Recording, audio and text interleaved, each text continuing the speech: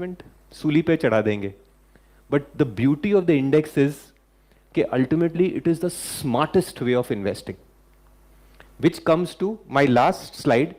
कि आपने, मैं जैसा कह रहा हूं यार मुझे सेक्टर नहीं पता, स्टॉक नहीं पता, बट इसका मन, how do we navigate the next 30 years? Something तो we have to take away from this rather than being an academic presentation. कि इसमें क्या फिलॉसफी होनी चाहिए?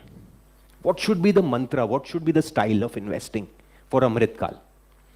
So again I went back in history and I said, यार इस phase में who is the most successful investor in India? Rakesh Jhunjhunwala. He's compounded at 65% CAGR. 65%. तो मैंने बोला कि भैया की क्या फिलॉसफी थी? आप सब राकेश जी के बारे में जानते हैं.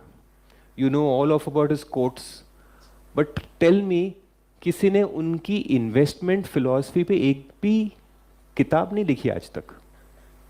In fact have you even read one chapter on his investment philosophy? Warren Buffett पे 100 किताबें लिखी गई आज तक शायद. The interesting part is that you have an investor more successful than Warren Buffett, but actually nothing is mentioned about his investment philosophy. Quotations बहुत हैं, सब टीवी पे रील्स देखते हैं, बट मुझे बताओ यार राकेश जी की फिलॉसफी क्या थी investing? And if that philosophy worked so successfully for the last 30 years, maybe that is the Mantra for the next.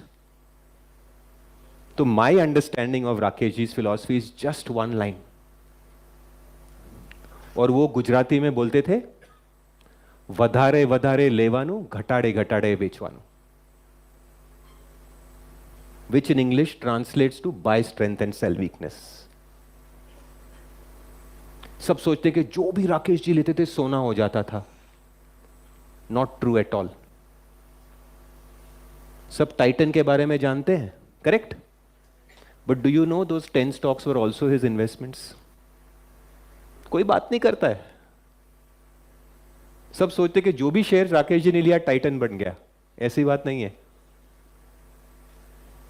But Rakesh ji और दूसरों में फर्क एक है कि he could ride his winners and cut his losers.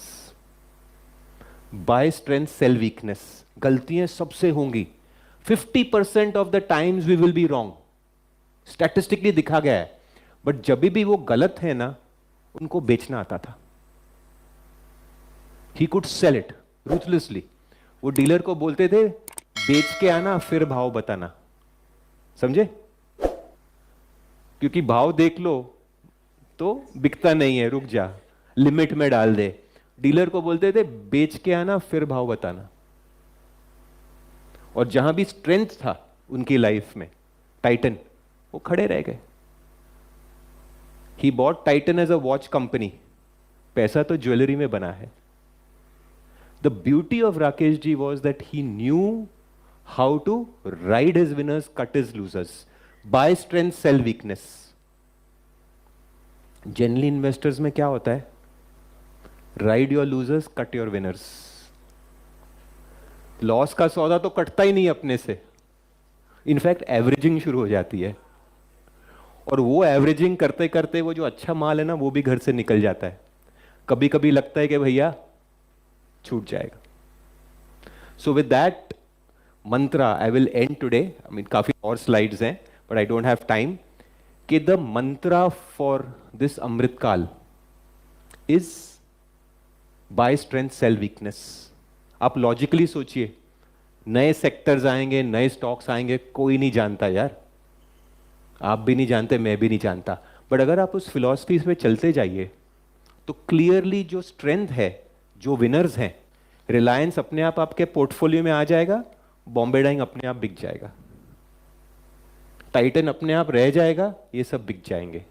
If we just use that philosophy, I think Amrit Kaal is for us to grab. And I think we are at a very fortunate time. Thank you very much.